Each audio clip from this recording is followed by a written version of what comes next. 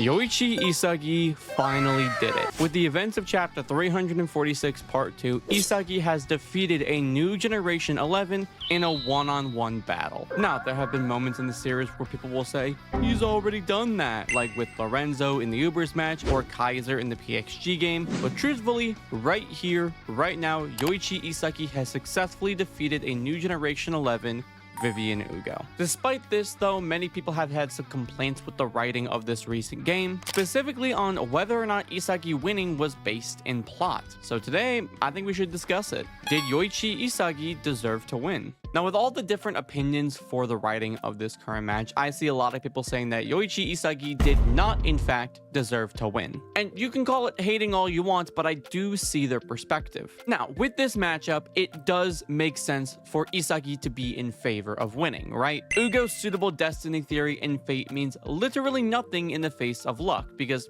that's exactly what it is. Luck has nothing to do with fate, as they are literally contrasting concepts. But one big complaint I see people have with this writing is Ugo's idiocy with this battle. He says that he accepts Isagi's challenge for luck out of respect for his rebellion, but that literally contrasts everything that he's been standing for and against in this match. He's been constantly pushing towards Isagi becoming a number 2 or a second best, and has been showing the feats of this game as evidence as for why he should convert. Realistically, Isagi truly began to shine once Karasu became the central focus for BLUELOCK, and Isagi started playing in the shadows as a secondary striker.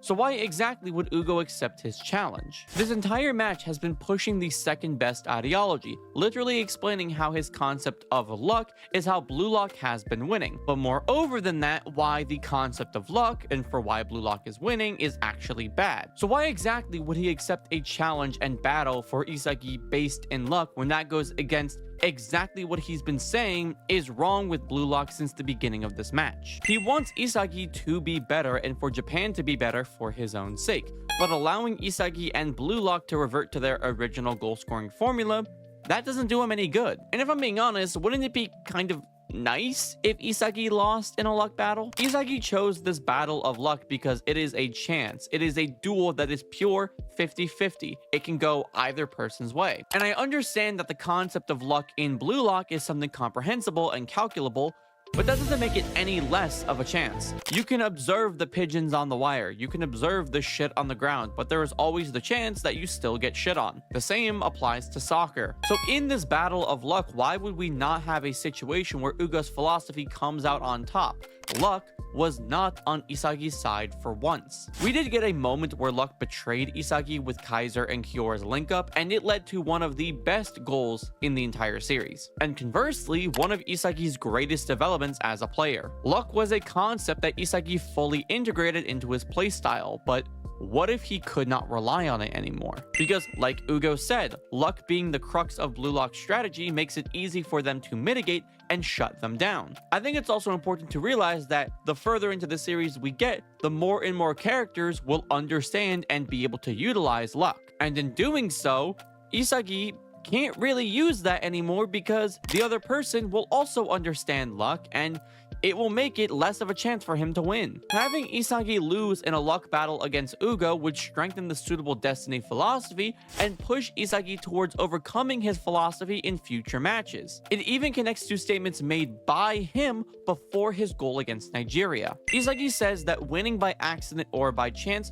shouldn't be what you make of yourself. He says that you shouldn't be trapped by a formula you already created. Now would be the perfect opportunity for him to reflect on those words when it relates to himself and his own style. He's not winning by accident, but he is winning by chance. He's falling into the habit of making his formula his base, being trapped by his use of luck. He shouldn't make his victory something that comes by through chance. He needs to make it something inevitable. If he lost to Ugo, that would be the perfect instance for him to reflect on himself and the BLUELOCK and evolve to go beyond a theory that has been clearly defined. Plus, the future matches, specifically England, is perfect for this because it has the highest stakes of the group stage. England is the final game of the group stage, the game Nagi could potentially make a return, and is the final game before Sai and the other Barata the 3 members join the team. It's a turning point for the story, so let's set up some crucial development through this game being the pinnacle of the group stage before you transition into the next key phase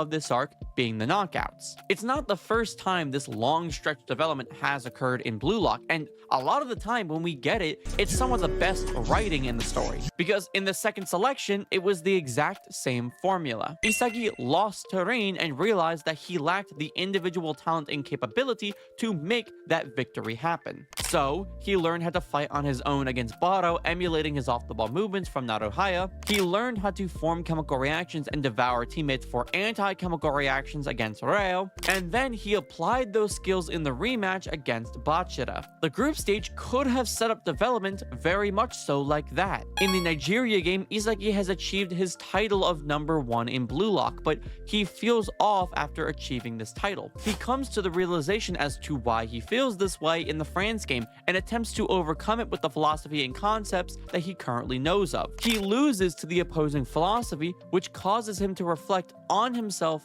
and his style, to which he finds the solution and uses it to overcome England for the final game of the knockouts. That to me would be great development spanning across several matches for the entirety of the group stage, and it would provide depth to every antagonist and make them feel actually important to Isagi's development as a character. Because Onazi and Kuso, you could argue, are some of the least important antagonists for the Blue Lock story. But now on the other side of things, you have people believe that Isagi surpassing Ugo not only makes sense, but it's also peak writing. And I'll stand here and admit that Isagi surpassing a New Generation 11 in a one-on-one battle is something that is entirely deserved for his character. He's been an incredible player, and we've seen his explosive growth throughout the new Egoist League to the recent matches in the U20 World Cup. And frankly, he's deserving of this win.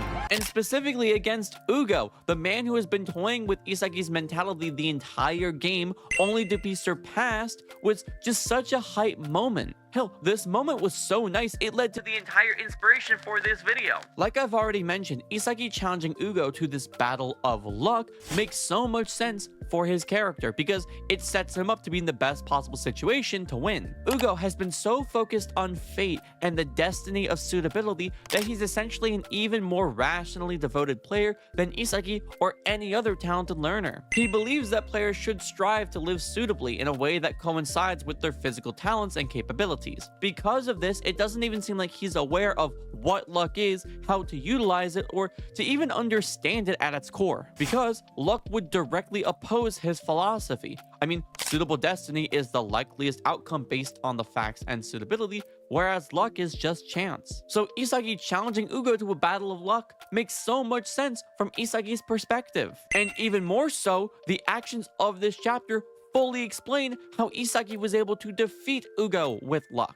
Ugo realizes that Isagi is trying to replicate his Nigeria goal. However, with his ambidexterity, he can go either left or right. This again is total chance. But when you look at the actions of Ugo in this matchup, he abandons the luck battle and falls back in to his suitable destiny theory. Isagi ends up tapping the ball up with his right foot, whereas Ugo rushes towards the left. Ugo did not trust in logic here, he trusted in suitability and rationality. He rushes towards the left because he believes Isagi would default to using his right foot, or more specifically, his dominant foot. We know that Isagi's left foot, despite his training, is still not as strong as his right. So in Ugo's mind, he believes the most rational thing is to use his dominant foot for a technique that he hasn't been able to practice for as much time. That is why he lost. He betrayed the luck battle, letting Isagi win using his right foot to set up a lefty shot. And that is the pinnacle of Isagi's playstyle. Because even if you think you can understand the luck, those who are the challengers will always accept the most rational conclusion, and therefore always be the one to lose. So, what's the answer? Did Isagi deserve to win against Ugo? Well, that's not for me to decide. I'm not the voice of all truth. I'm just a Blue Lock content creator who loves talking about the series. And so I need to ask you, do you think Isagi deserved to win against Ugo here? Let me know down below. The only thing I have left to say to y'all is that I hope you guys did enjoy this video. Like and subscribe to see more awesome Blue Lock content just like this, and I'll see you all in the next one. Peace.